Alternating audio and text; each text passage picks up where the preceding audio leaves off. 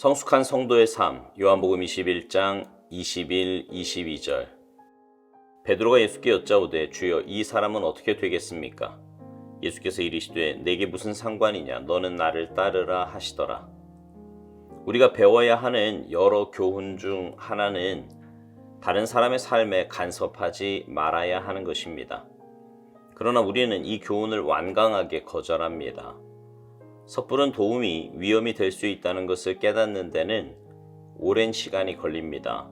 즉, 섣부른 도움이 다른 사람을 향한 하나님의 섭리를 방해합니다. 어떤 사람이 고통당하는 것을 볼 때 당신은 말합니다. 그 사람이 고통을 받아서는 안 돼. 내가 그 사람이 고통받지 않도록 도와야겠다. 이런 식으로 당신은 하나님의 뜻 가운데서 허락된 일을 막으려고 당신의 손을 펼치는 것입니다. 그러면 하나님께서 말씀하십니다. 내게 무슨 상관이냐? 만일 당신이 영적으로 침체되어 있다면 절대로 그 상태에 머물지 말고 하나님의 임재 가운데로 나아가 영적 침체의 이유를 발견하십시오. 아마도 당신이 다른 사람의 삶에 간섭했기 때문에 영적 침체에 빠지게 된 것을 발견하게 될 것입니다.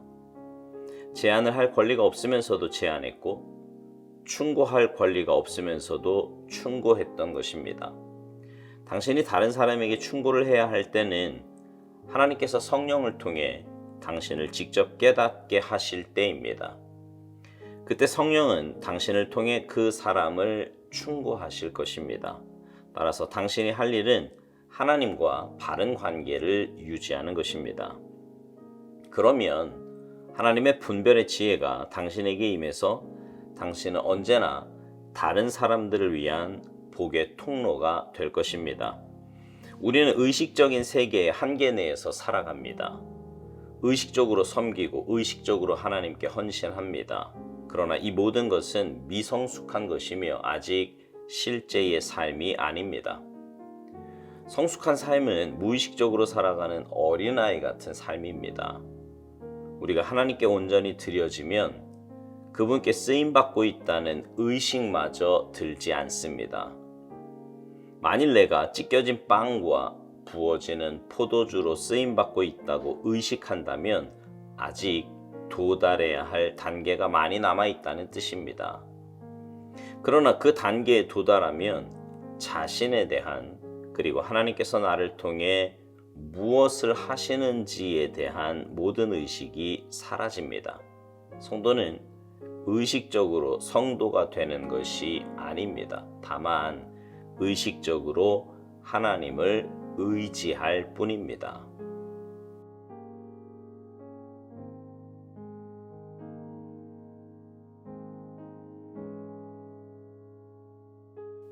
가만 보면요, 다른 사람의 고난이나 아픔에 대해서 굉장히 안쓰러워하고 마음 아파하는 분들이 종종 있음을 보게 됩니다. 그런 마음이 나쁜 건 아니지요. 아니, 어떻게 보면 귀한 거예요.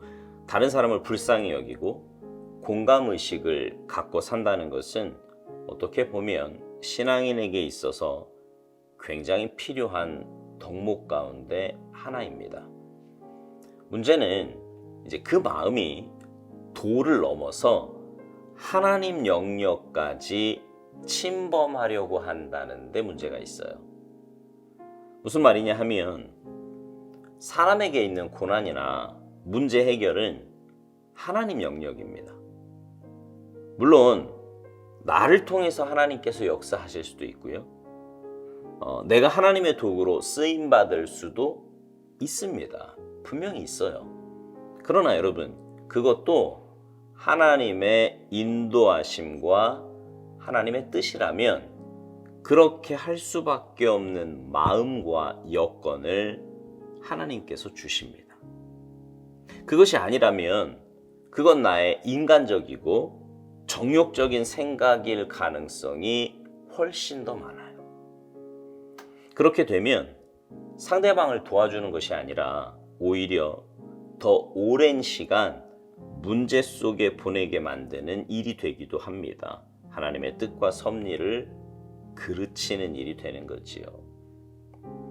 오스왈드 목사님은 이 부분에 대해서 이런 말을 합니다. 섣부른 도움이 다른 사람을 향한 하나님의 섭리를 방해한다고요.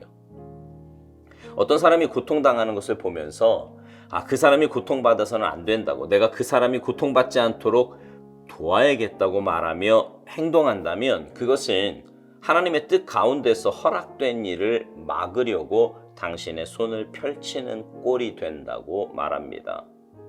그러면서 그렇게 살아가면, 다른 사람의 삶에 간섭하면 나중에 영적 침체에 빠지게 된 것을 발견하게 될 것이라고 말합니다. 제한을 할 권리가 없으면서도 제한을 했고, 충고할 권리가 없으면서도 충고했다는 거예요. 이런 말을 들으며 그런 생각이 들 거예요. 그러면 다른 사람의 모습, 고난, 아픔을 그냥 보고만 있으라는 얘기냐? 아니지요. 분명 도와야 할 사람은 도와야 하고요. 권면이 필요한 사람에게는 권면을 해야 합니다. 그러나 그 시작은 내가 아니라 하나님이십니다.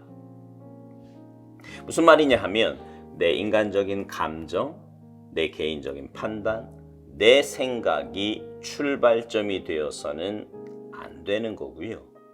하나님이 주시는 마음, 하나님이 주시는 부담, 하나님이 허락하시는 그 상황 안에서 해야 하는 것입니다. 오스왈드 목사님은 그래서 당신이 할 일은 하나님과 바른 관계를 유지하는 것이라고 말합니다. 그러면 하나님의 분별의 지혜가 당신에게 임해서 당신은 언제나 다른 사람을 위한 복의 통로가 될 거라고요. 맞습니다.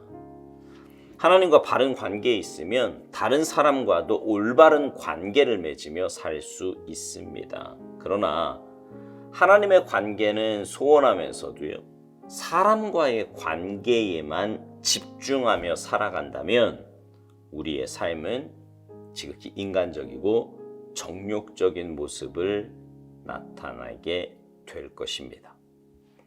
하나님과의 관계에서 중요한 것을 오스왈드 목사님은 무의식적으로 살아가는 어린아이 같은 삶이라고 말합니다. 그게 성숙한 삶이며 하나님과 올바른 관계를 맺으며 살아갈 수 있는 삶이라고요. 우리가 하나님께 온전히 드려지면 그분께 쓰임받고 있다는 의식마저 들지 않는다는 것입니다. 사람과의 관계도 그렇잖아요.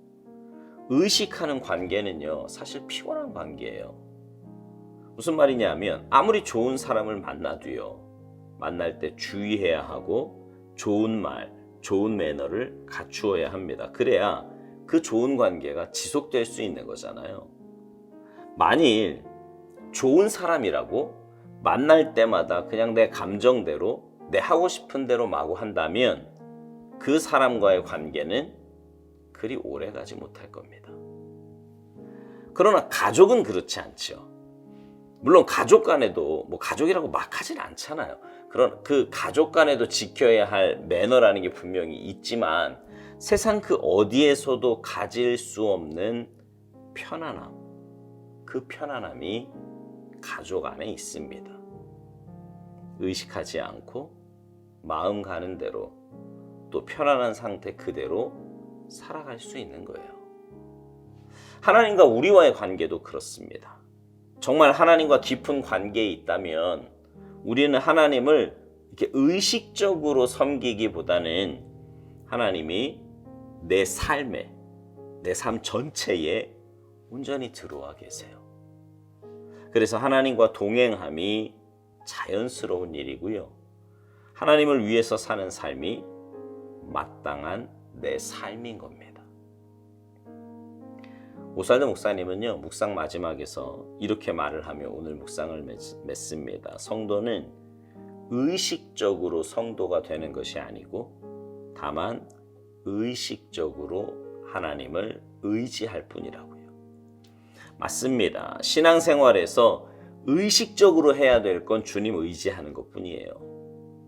나머지는 주님과 동행하며 자연스럽게 내 삶에서 나타나게 되는 것입니다. 사랑하는 성도 여러분, 우리 성숙한 신앙인의 삶을 살아갑시다. 주님과 동행하는 것이 너무나 자연스러워서 마치 가족을 위해 살면서도 그게 그냥 내 삶인 것처럼 하나님을 위해 살면서도 그게 내 삶이 되는 그런 복된 삶을 삽시다. 그래서 이 땅에서부터 작은 천국을 맛보며 주님과 행복한 동행하며 살아가는 아름답고 복된 삶이 되시기를 주님의 이름으로 축복합니다. 아멘.